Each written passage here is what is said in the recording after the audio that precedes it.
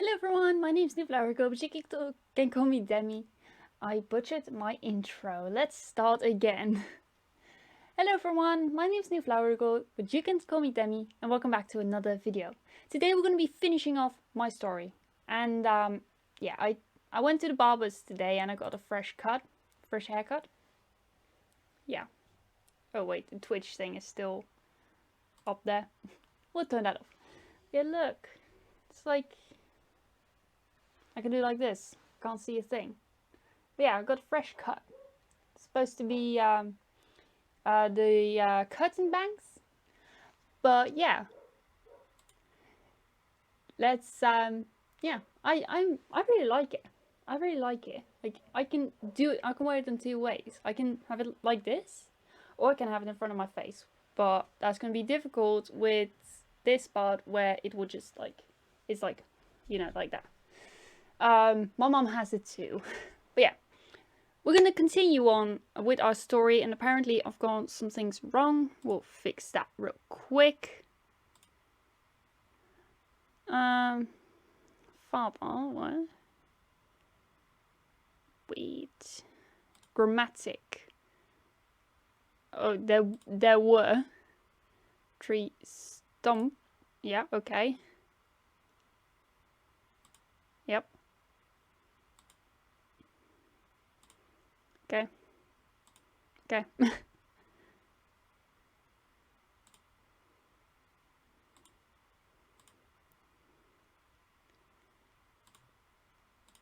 Yep.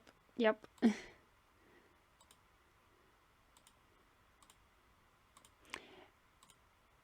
Yeah.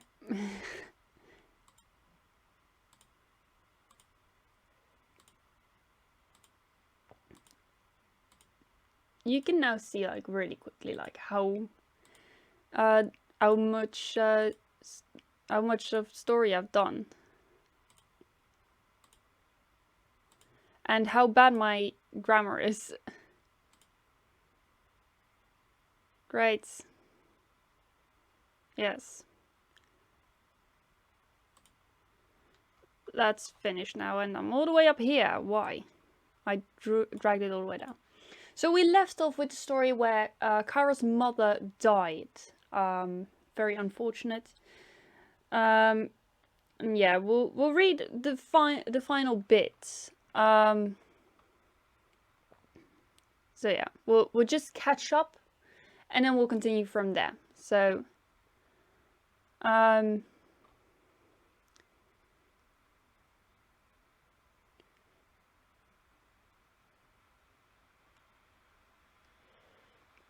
right. I'm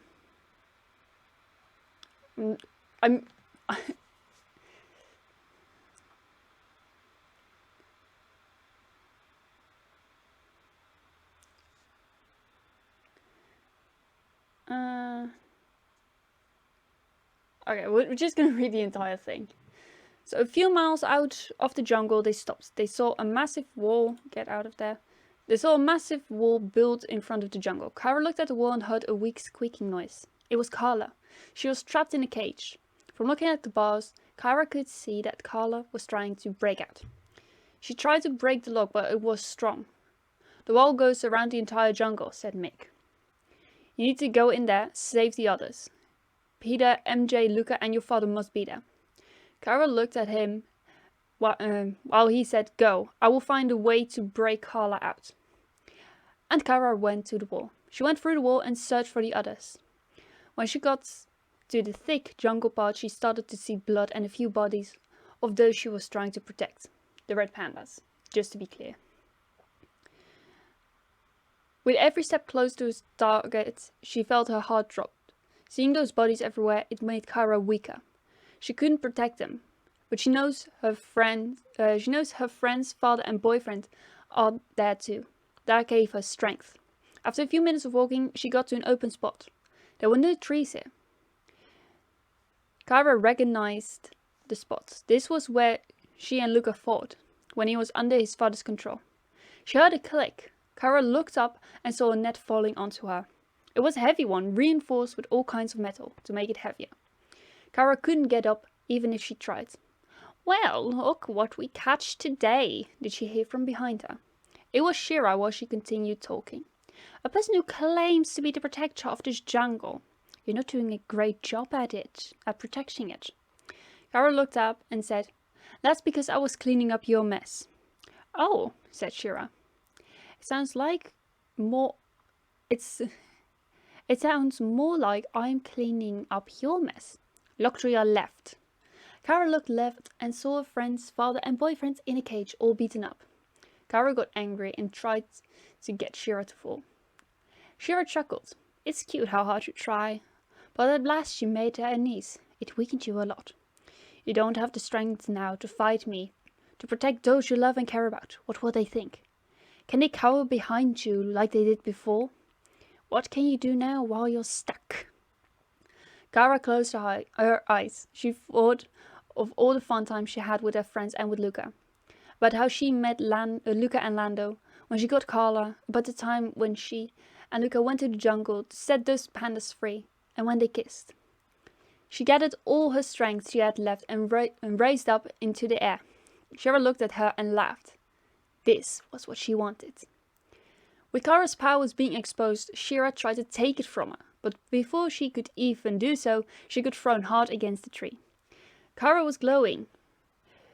She freed her friend's father and Luca, but what she didn't know was that Shira was also glowing. Tommy grabbed Kyra's arms and said, Kyra, out of all the things I've told you, there was one thing I never told you. Your mother never died. Kyra looked at her father in disbelief. No, said Kyra.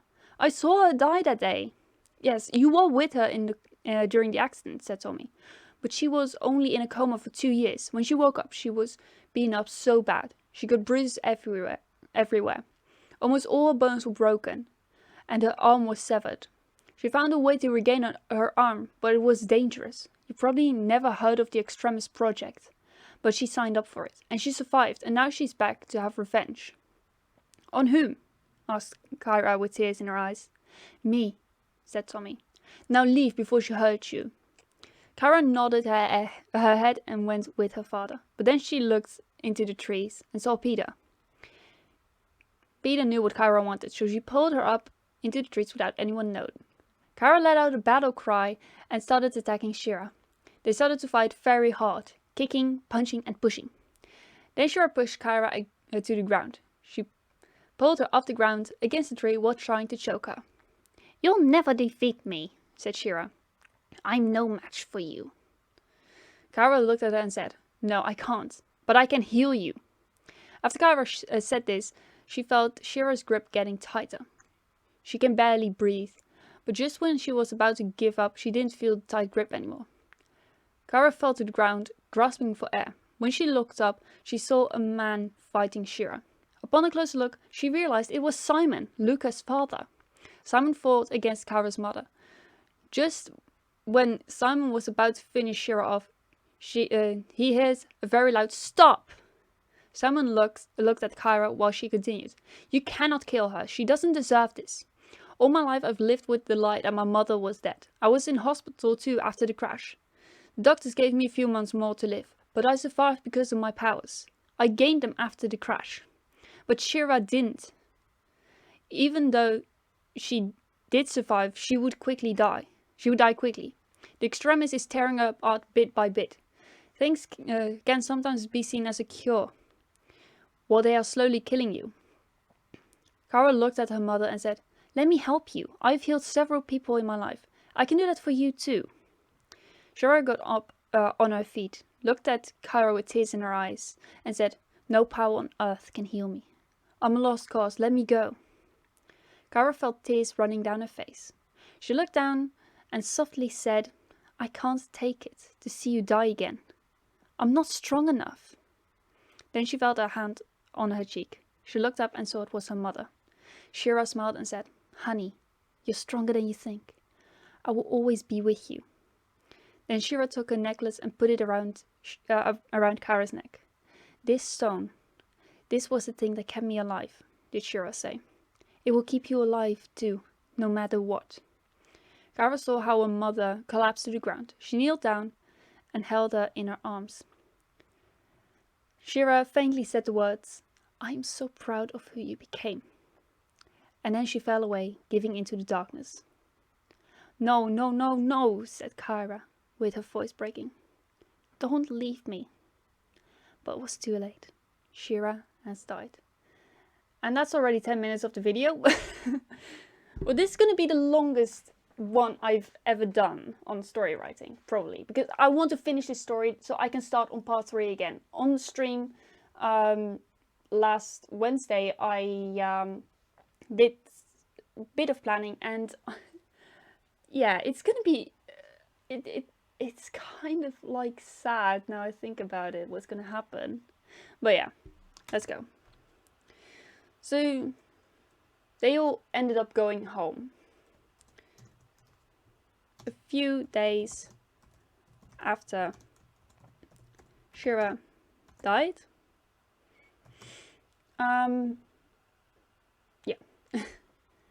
A few days after Shira died, they all gathered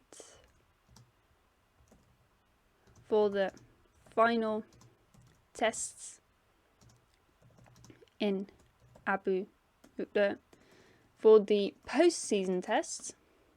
Post-season tests. Test in Abu Dhabi. It is a thing, post-season testing. So yeah. Kara sat on the top, on the roof of the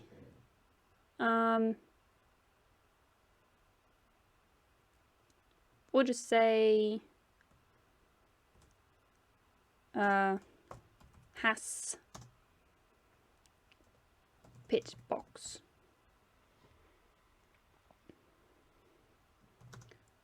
Holding the stone, holding the necklace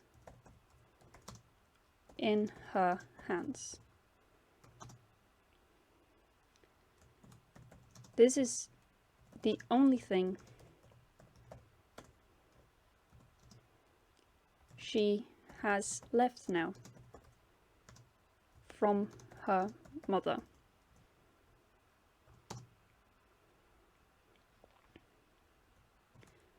And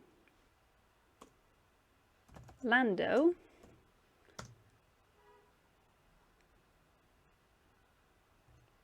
calls her down.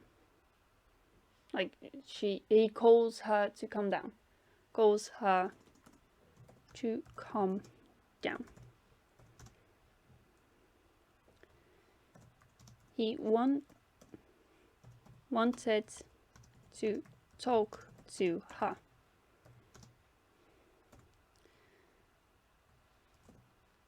So how are you now? Did he ask Kyra while walking on the track? Like little track walk. What they also do, which is amazing. I want to do a track walk. For real. One moment in my life I want to do a track walk. I don't know which track, maybe like Zandvoort or Spa-Francorchamps. If I do Spa-Francorchamps, I'm gonna take a bicycle because it's like one lap in a Formula 1 car is like 2 minutes. And just count that out. Yeah.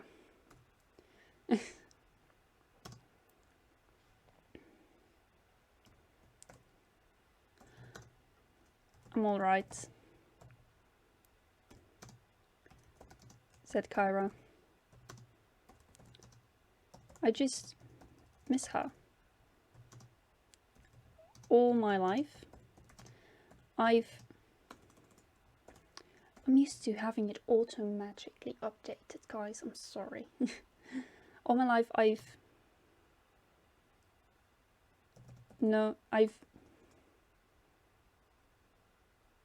All my life I lived with the lie. She was dead. But my father was trying to protect me.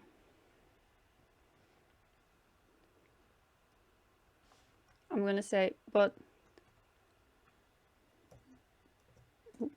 now I can see that my father was trying to protect me.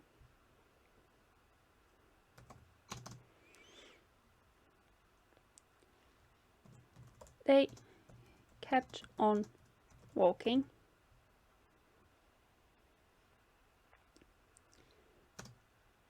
until they reached the second pit lane. So in case you guys don't know, Abu Dhabi has 2 pit lanes, and one of them is basically used. It's basically the one that we all know. The other one is just old. So yeah, there are 2 pit lanes. So we're gonna use that because like this can be an educational story, you know. Lando grabbed Kyra's hand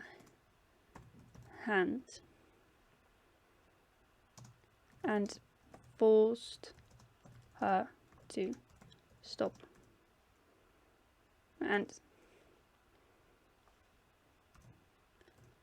stopped her from walking.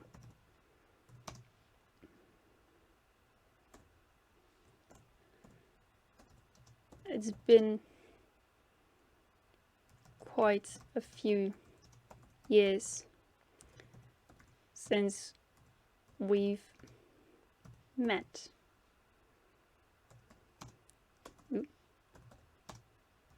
Did he say?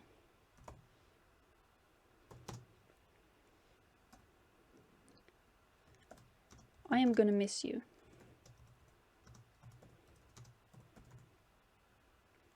So basically, Kyra and Luca, they are gonna settle down somewhere in England. I believe they're gonna live in Lando's old house, because Lando has moved, like IRL, outside of story. Lando's moved to Monaco, but we're gonna use that fact as well. So like they're gonna get Lando's old house. Yay. I'm gonna miss you. I'm gonna miss having you around here. Seeing you around here. Seeing you around here.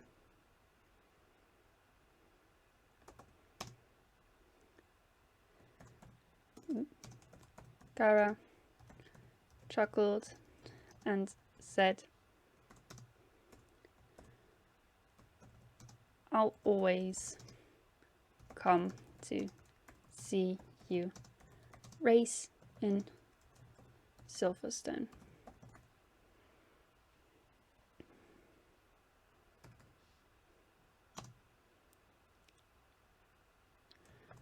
Gara looked down to the ground.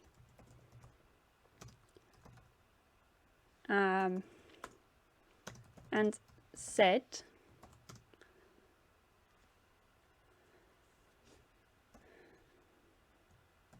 I am gonna miss talking to you.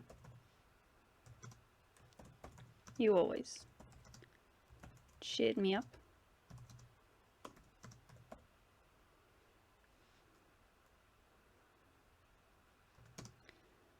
And now I will lose that.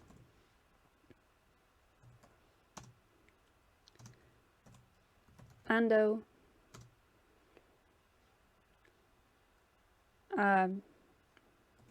put his hand under Kyra's chin, forcing her to look at him.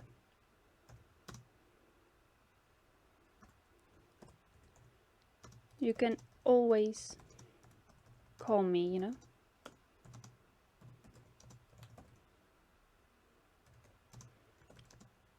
Oop. Did he say? Then he kissed her. Because, in case you guys didn't know, I had this bit, like a rough sketch where I said that Lando would kiss Kyra, and this is basically that point. I know in real life it won't happen because Lando has a girlfriend who is very pretty, very beautiful as well. But yeah, just fun for the story, right?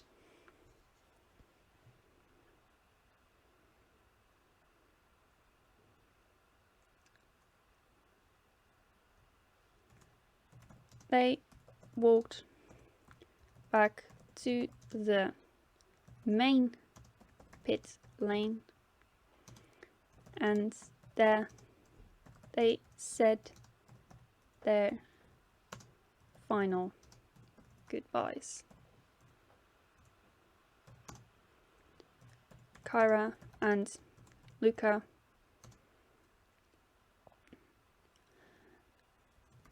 are going to England, where Kyra grew up.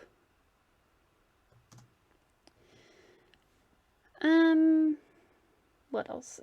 So this is where Kyra grew up. Yeah, Kyra grew up in England, sort of.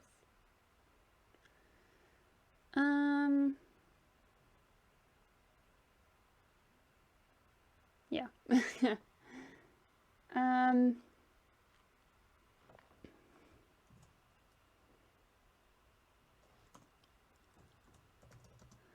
When they landed,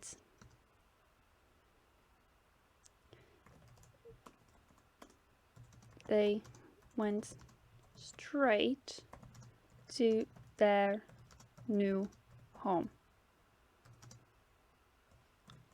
This is their life now. Living in the middle of England. For Luca, a great unknown. I think I'm gonna say in the middle of Bristol because Lando is born in Bristol, I got told by my friend who lives in Bristol. I don't know if Lando's old house is in Bristol, but like it would be funny if it was, right? Like for real. But he had Kyra on his side.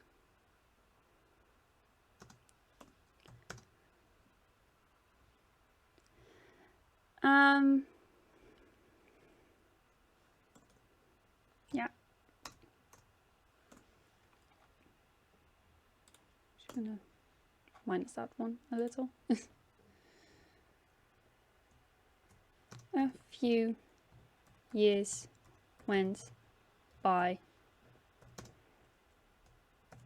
Kyra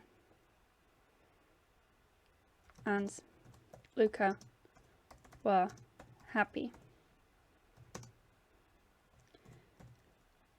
They saw McLaren win several races in Silverstone, and on TV they saw how McLaren clinched.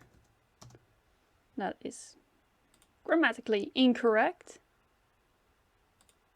apparently.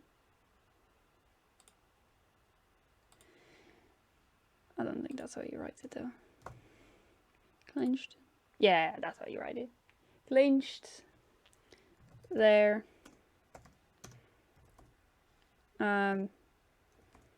Second. Constructors.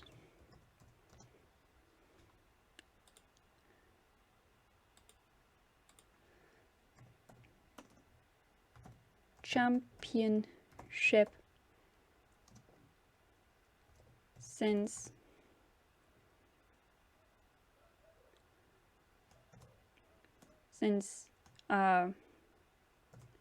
Kyra and Luca. Since the last time they spoke. No, since the last time they were in Abu Dhabi. Now this is gonna go a bit deep. Well, deep, I'll say. But this is what I had in mind for the third part. So, right here, in this moment, we're gonna make Kyra, Kyra and Luca, they've settled down, and all of a sudden, one morning, Kyra wakes up feeling sick and tired. And then she does a test and turns out she's pregnant. Like, that, the test part, that's gonna be in the third story. Because, yeah.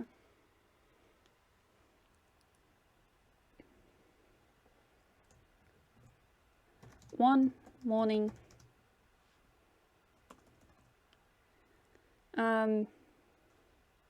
one morning, Kyra wakes up feeling sick and tired.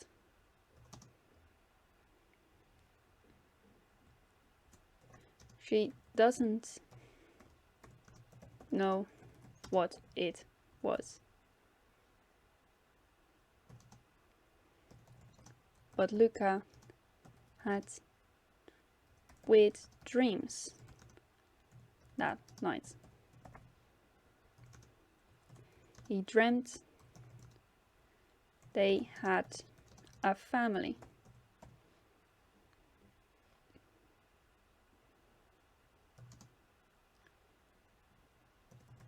But, yeah. I'm gonna add one more thing in the middle of it, because like when we need to do more with the Marvel part, like what happened to the Marvel part. So Kyra's phone was always ringing.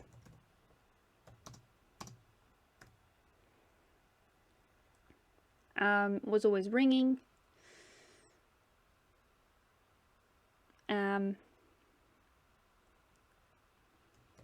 Nick Fury was trying to contact her every day,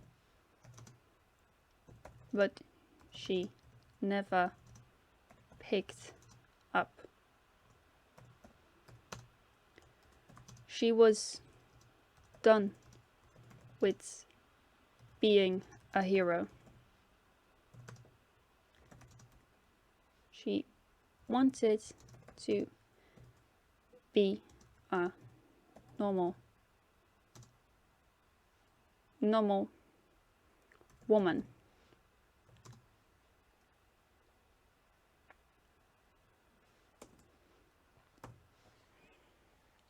Wants to be a normal woman and live a normal life.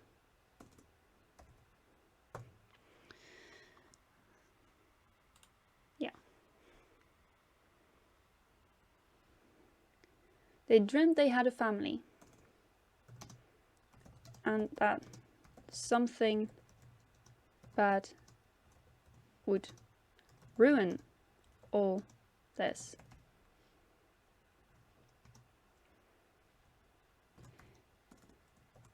Luca was always alert to danger since that dream. He always stuck around Kyra to protect her at any costs. Kyra didn't mind that whatsoever.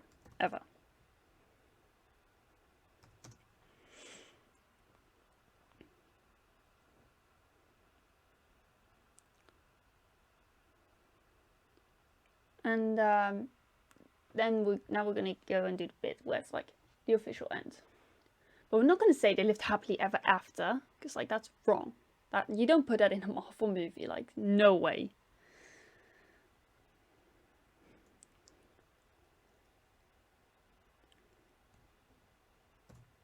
Besides all that, Kyra missed her mother.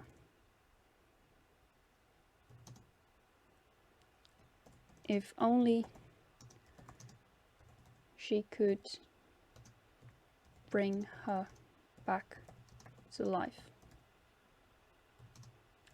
to catch up on everything they missed while being separated. ... And that's the end. I'm gonna do the thing bagay script.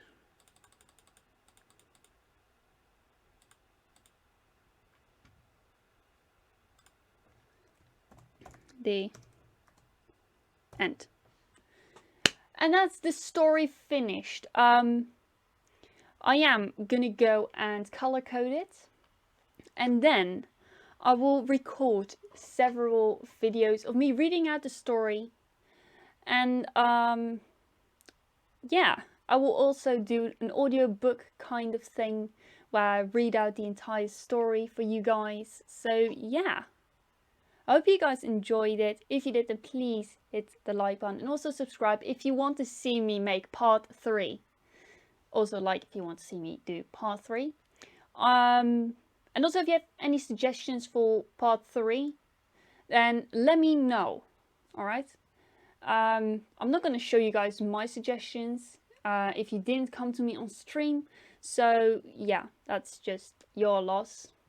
But anyway, thank you all very much for watching. That's it from me for now, and I shall see you guys in another video. Bye!